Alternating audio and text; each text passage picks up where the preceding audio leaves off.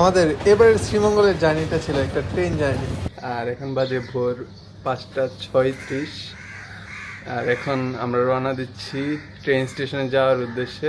গন্তব্য হচ্ছে Sreemangal. পারামতা express Kamalapur station ছেড়ে যায় ভোর 6:30 আর মাত্র 300 টাকায় আমরা এই সুন্দর দৃশ্য উপভোগ করতে করতে এগিয়ে যাচ্ছিলাম শ্রীমঙ্গলের দিকে।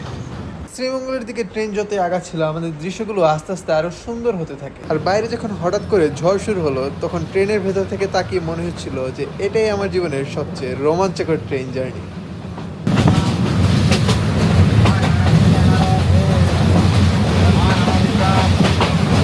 ট্রেনে ঢাকা থেকে শ্রীমঙ্গল পৌঁছাতে সময় লাগে 4 ঘন্টা আর ভাড়া লাগে সর্বনিম্ন 300 টাকা। কিন্তু আমাদের ট্রেন একটু লেট করায় আমাদের জার্নি টাইম আর একটু বেশি ছিল। তো মাত্র ট্রেন থেকে নামছি, ট্রেন লেট হয়েছে যার কারণে ঢাকা থেকে শ্রীমঙ্গল আসতে 6.5 ঘন্টা লাগছে। তো ট্রেন থেকে নেমে অটোতে উঠছি, অটো দিয়ে একদম রিসেট পর্যন্ত যাব আমরা। ভাড়া হচ্ছে উনি চাইছে 120 টাকা। লম্বা একটা জার্নি শেষে আমরা অবশ্যই রিসর্টে এসে পৌঁছালাম। আর আমার রিসর্টের এক্সপিরিয়েন্স কেমন ছিল তা জানতে আমার আগের ভিডিওটি দেখে আসতে পারেন। ওই দিন জার্নি করে টায়ার্ড থাকে, ওই দিন আর আমরা কোথাও ঘুরতে বের হইনি। সারাদিন রিসর্টে বিভিন্ন অ্যাক্টিভিটিস করেই কাটিয়ে দিয়েছি। তো ব্রেকফাস্ট হচ্ছে আমাদের রিসর্ট থেকে কমপ্লিমেন্টারি। আর কালকে রাতে জিজ্ঞেস করেছিলাম যে ব্রেকফাস্ট কয়টায় দিবে, তখন আমাদেরকে বলছিল যে সকাল 9টার দিকে দিবে। তারপর রিসেপশনিস্টকে জিজ্ঞেস করছিলাম যে আপনার পরিচিত কোনো সিএনজি ড্রাইভার আছে নাকি। উনি বললো যে হ্যাঁ আছে। তখন ওনার কাছ থেকে একজন সিএনজি ড্রাইভারের নাম্বার নিলাম। ওই সিএনজি ড্রাইভারকে আমরা আজকে সারাদিনের জন্য ঠিক করেছি শ্রীমঙ্গলের বিভিন্ন স্পট ঘোরার জন্য মাত্র 1500 টাকায়। রিসর্টের সামনে থেকে সিএনজিতে উঠছি, কারণ আমরা প্রথমে নূরজাহান স্টেটে যাচ্ছি। প্রথমে দুই পাশে একটি পাহাড় আর জঙ্গল পেরিয়ে আমরা তারপর চা বাগানের ভেতর দিয়ে এক সময় পৌঁছে গেলাম নূরজাহান টি স্টেট। আমরা এসে পড়ছি নূরজাহান টি স্টেটে, পুরাটাই চা বাগান। নূরজাহান টি স্টেটে আপনার এরকম ছোট বড় অসংখ্য পাহাড় পেয়ে যাবেন। আর এগুলোতে উঠতে যেমন মজার, দূর থেকে দেখতে আরো বেশি সুন্দর। পিছনে পাহাড় আর ওই পাশে দেখতে পাচ্ছি কিছু গরু আছে। এই জায়গাটা অন্য জায়গার তুলনায় অনেক নিরিবিলি আর এখানে খুব ভালোভাবে ফটোগ্রাফি করা যায়। চারপাশে সবুজের মাঝে আমরা ছিলাম মাত্র কয়েকজন মানুষ। হয়তো বা উপর থেকে কেউ দেখলে বলতো যে মাঠের মধ্যে পিঁপড়া হাঁটতেছে। নূরজাহান টি স্টেটে ভ্রমণ শেষ করে এখন আমরা যাচ্ছি মাধবপুর লেকের দিকে। নূরজাহান টি স্টেট থেকে মাধবপুর লেকে যাওয়ার পথে কিন্তু আমাদের রাস্তায় টাকা দিতে হয়েছে। এই জায়গায় আমরা এখন মাধবপুর লেকের এই গেটে নামছি। এই দোকান থেকে আমরা পানি কিনে নিয়েছি, কারণ ভিতরে নাকি পানির দাম বেশি। 30 টাকা দিয়ে যে টিকিটটা নিয়েছিলাম ওইটা গেটে এই ছেলের হাতে জমা দেওয়া লাগে। আর এই গেট দিয়ে ঢুকে মাধবপুর লেক পর্যন্ত যেতে বেশ কিছু দূর হাঁটা লাগে।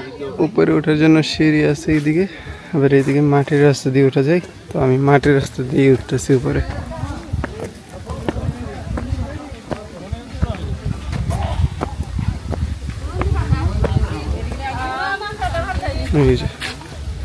এটাই মাধবপুর লেক।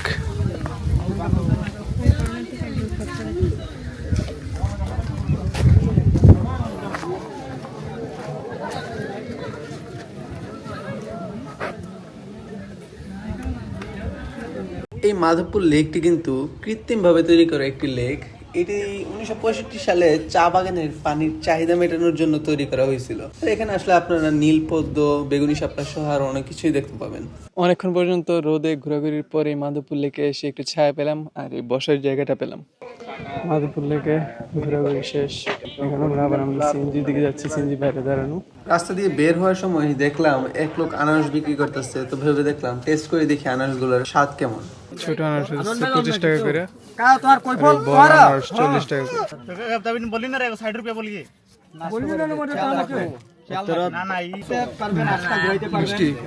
আমরা যাচ্ছি হচ্ছে নেক্সট স্পটে লাউছড়াতে। লাউছড়াতে ঢুকতে কিন্তু টিকিট লাগে। টিকিট পড়ছে পার পারসন 115 টাকা করে।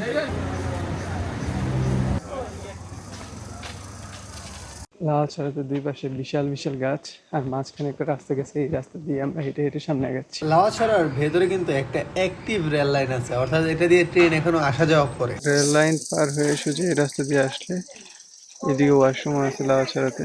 এই যে এটাই হচ্ছে ওয়াশরুম।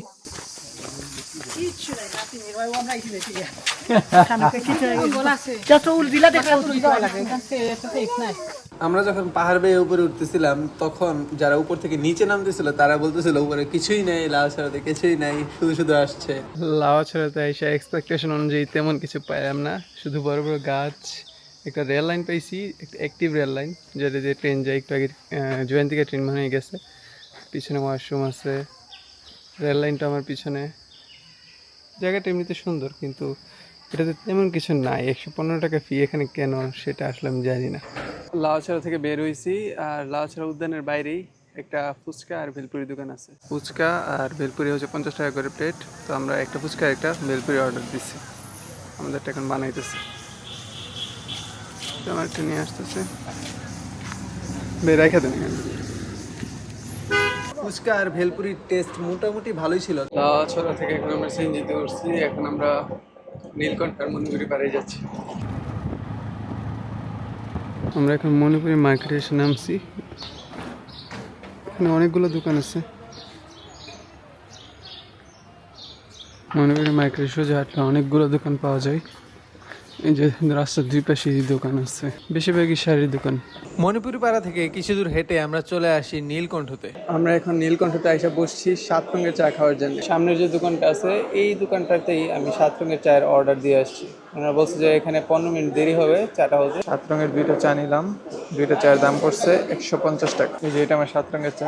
চাটা হাতে পাওয়ার পর সবার প্রথমে আমি যে কাজটা করছি সেটা হচ্ছে এখানে গুনছি যে এখানে 7টা লেয়ার আছে নাকি। তারপরে দেখলাম যে হ্যাঁ আছে। 7 রঙের চাটা আমার জন্য একটা মিক্সড এক্সপিরিয়েন্স ছিল। কয়েকটা লেয়ার যখন খাচ্ছিলাম অনেক মজা লাগছিল, আবার কয়েকটা লেয়ার যখন খাচ্ছিলাম তখন খুবই বাজে লাগছিল। মিক্সড ফিলিং, প্রত্যেকের টেস্টের উপর নির্ভর করে। তারপরে আমরা চলে যাই হোটেল গ্র্যান্ড সুলতানের সামনে। সেখানে যাওয়ার উদ্দেশ্য ছিল তার বিপরীত পাশে কয়েকটা দোকান আছে যেখানে শ্রীমঙ্গলের বিখ্যাত চা পাতাটা বিক্রি হয়। সিটি ফ্রি সাপ্লাই থেকে এই চা পাতার 250 গ্রামের প্যাকেটটা নিলাম, দাম পড়ছে 140 টাকা। এখন সন্ধ্যা হইতেছে, সন্ধ্যা 7:30 বাজে। আমরা তো বাইরে থেকে ঘুরে এসে খাওয়া দাওয়া করছি, রেস্ট নিছি, আর এখন এই সন্ধ্যা 7:30টায় আমরা নামবো বাইরে সুইমিং পুলে। আমি এখন সুইমিং পুলে নামছি এই চায়ের কাপ হাতে নিয়ে। এখন সুইমিং পুলে বসে বসে আমি চা খাবো।